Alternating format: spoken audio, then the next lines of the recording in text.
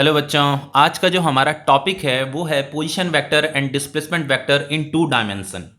देखिए ये जो टॉपिक है, इस टॉपिक में कोई पार्टिकल जो है टू डायमेंशनल मोशन कर रहा है और उस मोशन के लिए हमें जो है position vector and displacement vector में रिलेशन बताना है।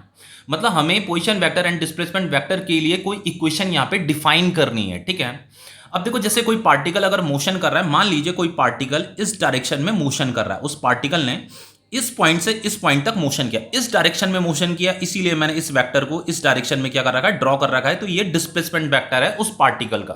वो पार्टिकल क्या कर रहा है, इस डायरेक्शन में मोशन कर रहा है, तो ये उस पार्टिकल का डिस्प्लेसमेंट वेक्टर है। यहां पे ये डिस्प्लेसमेंट वेक्टर लिखा है ना, ठीक है, इसलिए मैंने ये वेक्टर यहां पे बना रखा है। अब देखो ये पोजीशन वेक्टर भी है। पोजीशन वेक्टर कैसे बनाया जाता है?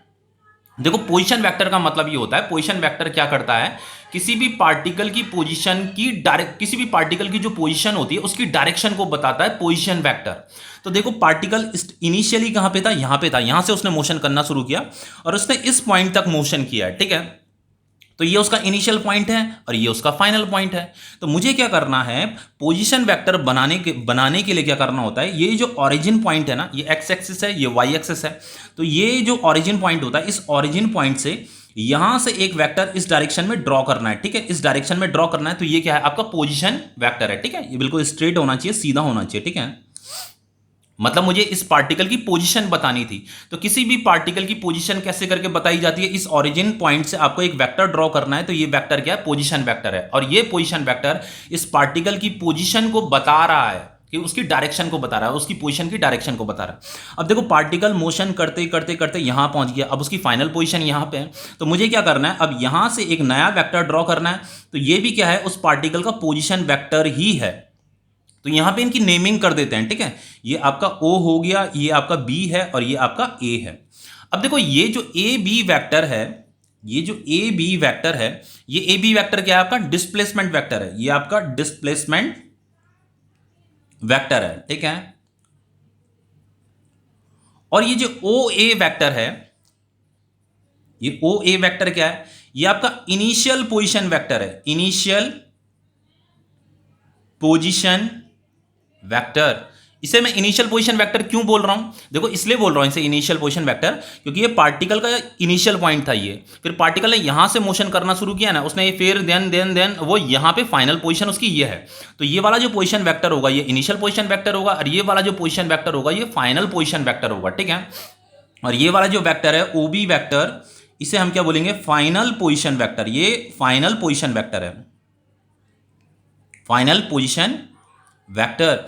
अब देखो हमें क्या करना है, ये जो पोजीशन वेक्टर है और ये जो डिस्प्लेसमेंट वेक्टर है, इसके लिए इक्वेशन बनानी है हमें। तो उसके लिए सबसे पहले हमें वेक्टर एडिशन करना आना चाहिए।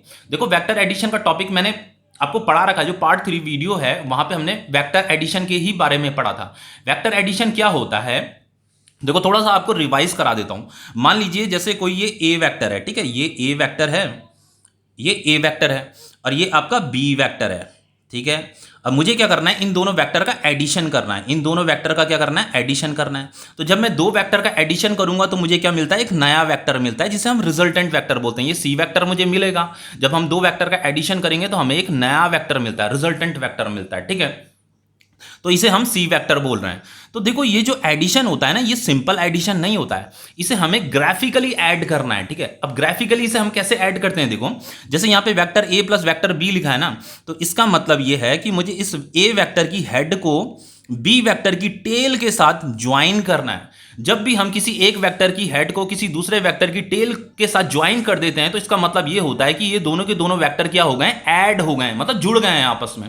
तो मुझे क्या करना है, ये जो ए वेक्टर है, ए वेक्टर को यहां पे ड्रॉ करना है और इसे किसके साथ ऐड करना है, बी वेक्टर के साथ ऐड करना है। मतलब इसकी हेड को इसकी टेल के साथ ज्वाइन करना है, इस बी वेक्टर की टेल को यहां पे ज्वाइन कर दीजिए, इस तरीके से ज्वाइन कर दीजिए। तो ये आपका बी वेक्टर है, ये आपका ए वेक्टर है। तो इन दोनों का क्या हो गया, एडिशन हो गया। अब जब इन दोनों वेक्टर का एडिशन करोगे तो आपको क्या मिलेगा, एक नया वेक्टर मिलेगा। तो नया वेक्टर कैसे बनाया जाता है, इस वेक्टर की टेल से, ये जो फर्स्ट वेक्टर है, इस वेक्टर की टेल से यहां तक, इसके हेड तक एक नया वेक्टर हम ड्रॉ करेंगे, यही क्या होगा, सी वेक्टर होगा, मतलब रिजल्टेंट वेक्टर होगा। तो देखो यहां पे क्या है, ये जो वेक्टर है, इस वेक्टर की ये जो हेड है, ये हेड किसके साथ ज्वाइन हो रही है, इस वेक्टर की टेल के साथ ज्वाइन हो रही है, तो इन दोनों का क्या हो रहा है, एडिशन हो रहा है। तो यहां पे हम इसे क्या क्या लिखेंगे, A vector A plus vector B is equal to C लिखेंगे, vector A plus vector B is equal to C vector लिखेंगे, ठीक है। तो देखो यहां पे क्या हो रहा है, देखो इस वाले फिगर को देखिए, यहां पे ये वाला जो वेक्टर है, इस वाले वेक्टर की हेड ये है, और ये वाला जो वेक्टर है, इस वाले वेक्टर की टेल ये है। तो इन दोनों की हेड और टेल क्या हो रही है, ज्वाइन हो रही है, यानी कि इन दोनों वेक्टर का क्या हो रहा है, एडिशन हो रहा है। और जब हम दो वेक्टर का एडिशन करेंगे तो हमें रिजल्ट में क्या मिलेगा, एक नया वेक्टर मिलेगा। जैसे यहाँ पे दो वेक्टर का एडिशन किया तो हमें क्या मिला, एक नया वेक्टर मिला। तो उसी तरीके से यहाँ पे इस वाले वेक्टर की हेड जो है इस वाले वेक्टर की टेल के साथ ज्वाइन हो रही है, तो इन दोनों का क्या हो रहा है, एडिशन हो रहा है। तो हम यहाँ पे लिख सकते हैं, ये जो ओ ए वेक्टर है इसका एडिशन हो रहा है ए बी वेक्टर के साथ।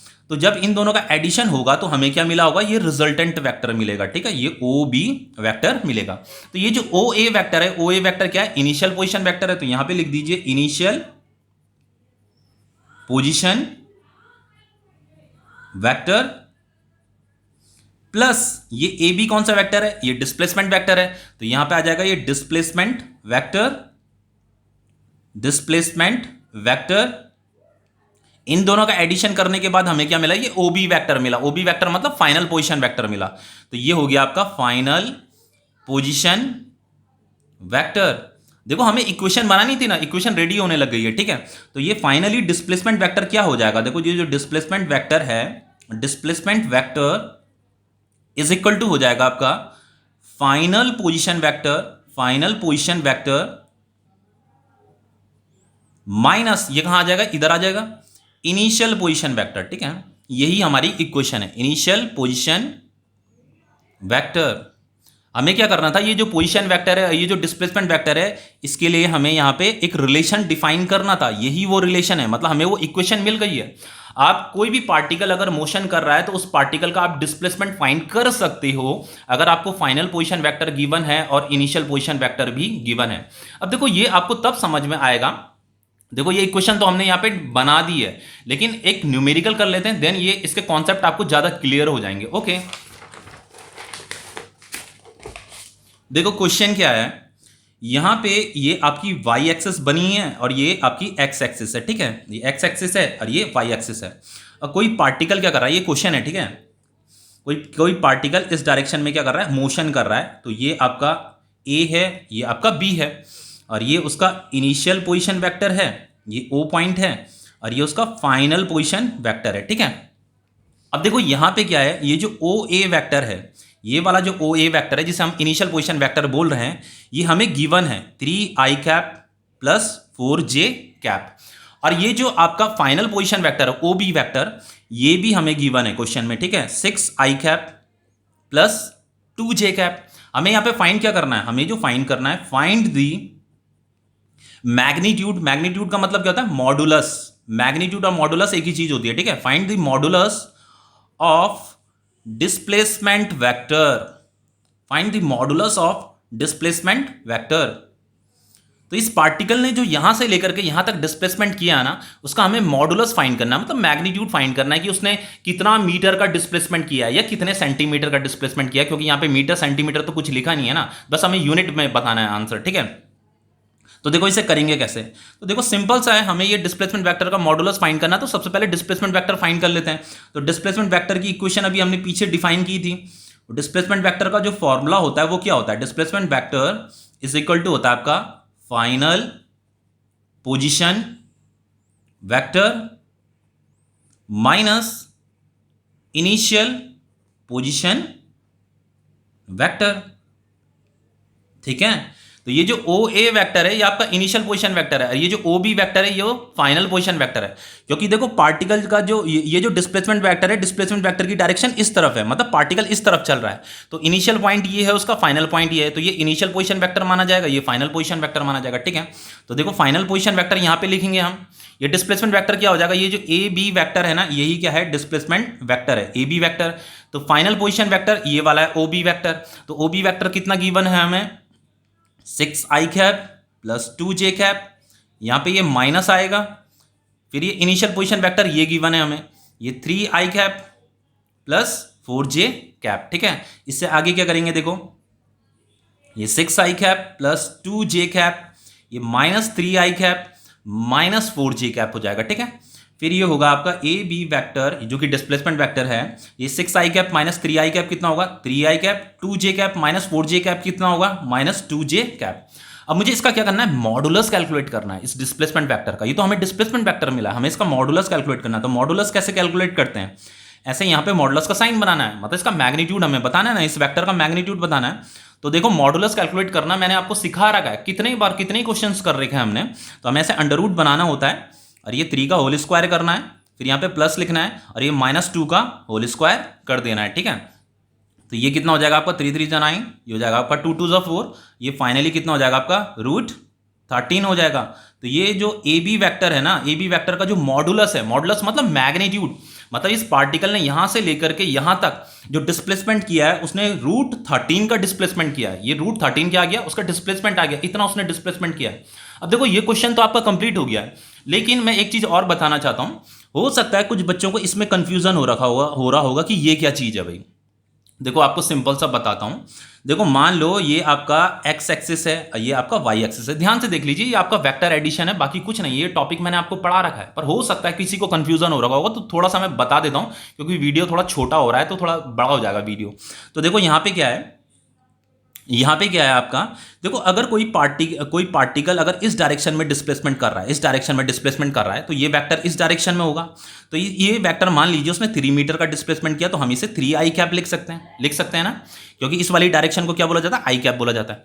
अब कोई पार्टिकल मान लीजिए इस डायरेक्शन में अगर डिस्प्लेसमेंट कर रहा है, इस डायरेक्शन में डिस्प्लेसमेंट कर रहा है, तो हम उसे मान लीजिए ये इतना डिस्प्लेसमेंट है, तो इसने 4 मीटर का डिस्प्लेसमेंट किया, तो इसे मैं 4j कैप लिखूंगा। जे कैप का मतलब क्या होता है, जे अगर कोई पार्टिकल वाई एक्सिस में चल रहा है तो उसे हम जे कैप बोलेंगे, और कोई पार्टिकल एक्स एक्सिस में चल रहा है तो हम उसे आई कैप बोलेंगे, ठीक है, आई कैप से डिनोट करेंगे।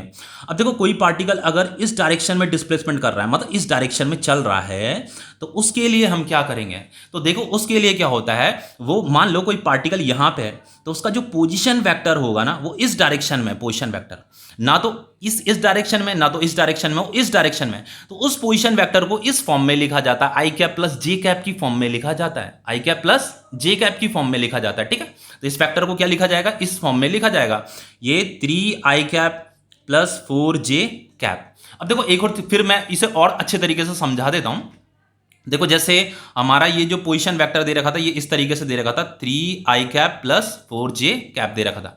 अब देखो ये क्या चीज है, ये वेक्टर एडिशन है, ये एक वेक्टर है, ये एक वेक्टर है, इन दोनों का एडिशन हो रहा है। तो जब दो वेक्टर का एडिशन होता है तो हमें रिजल्ट में क्या मिलता है, एक नया वेक्टर मिलता है। तो देखो जैसे ये आपका एक्स एक्सिस है, ये आपका वाई एक्सिस है, ये 3i कैप है, तो 3i कैप की जो डायरेक्शन होगी वो इस तरफ होगी, एक्स एक्सिस की तरफ होगी, तो ये आपका 3i कैप है, ठीक है। ध्यान से देखना, देखो फिर क्या हो रहा है, ये 4j कैप है, तो 4j कैप की जो डायरेक्शन होगी ना वो इस तरफ होगी, ठीक है, वाई एक्सिस की तरफ होगी, तो वाई एक्सिस की तरफ होगी, तो ये आपका 4j कैप है।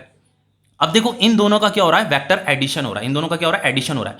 लेकिन ये सिंपल एडिशन नहीं है, ये आपका वेक्टर एडिशन है। मैंने आपको जब वेक्टर एडिशन का टॉपिक पढ़ाया है वहां पे मैंने आपको बताया कि वेक्टर एडिशन आपका सिंपल एडिशन नहीं होता है, इसे हमें ग्राफिकली ऐड करना पड़ता है, ग्राफिकली ऐड करना पड़ता है।